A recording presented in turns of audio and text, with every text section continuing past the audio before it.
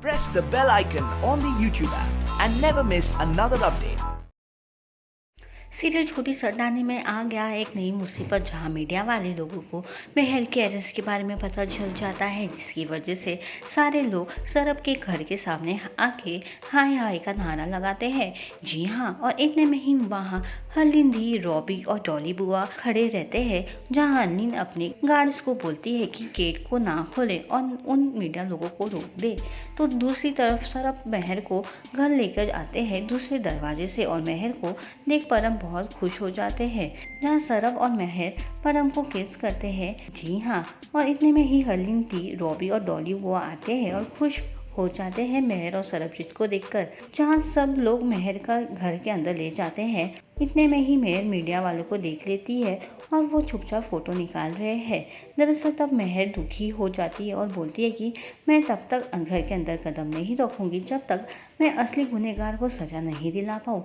लेकिन सरब उनको रोकते हैं, फिर भी मेहर नहीं रुकती है। तो मेहर काफ़ी खफा चल रही है, घर भी छोड़ के जाने वाली है या घर में नहीं आ रही है, वजह क्या है?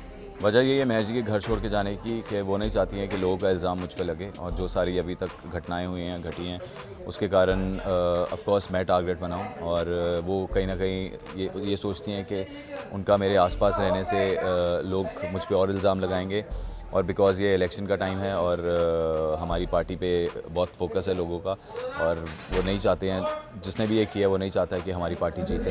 सो आई थिंक इट्स कहीं ना कहीं हम टारगेट बने हुए हैं। एंड उनको कहीं ना कहीं पता था कि मेहर जी की ये रिस्पॉन्सिबिलिटी है कि वो मेडिसिन में डिस्ट्रीब्यूशन कर रही हैं और उसकी सेल परचेज़ में हैं।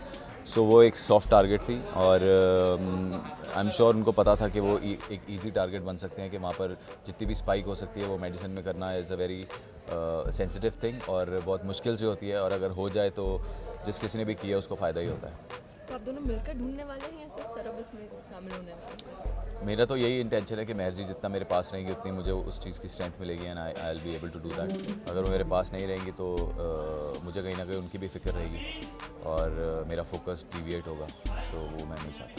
वैसे किस पे शक?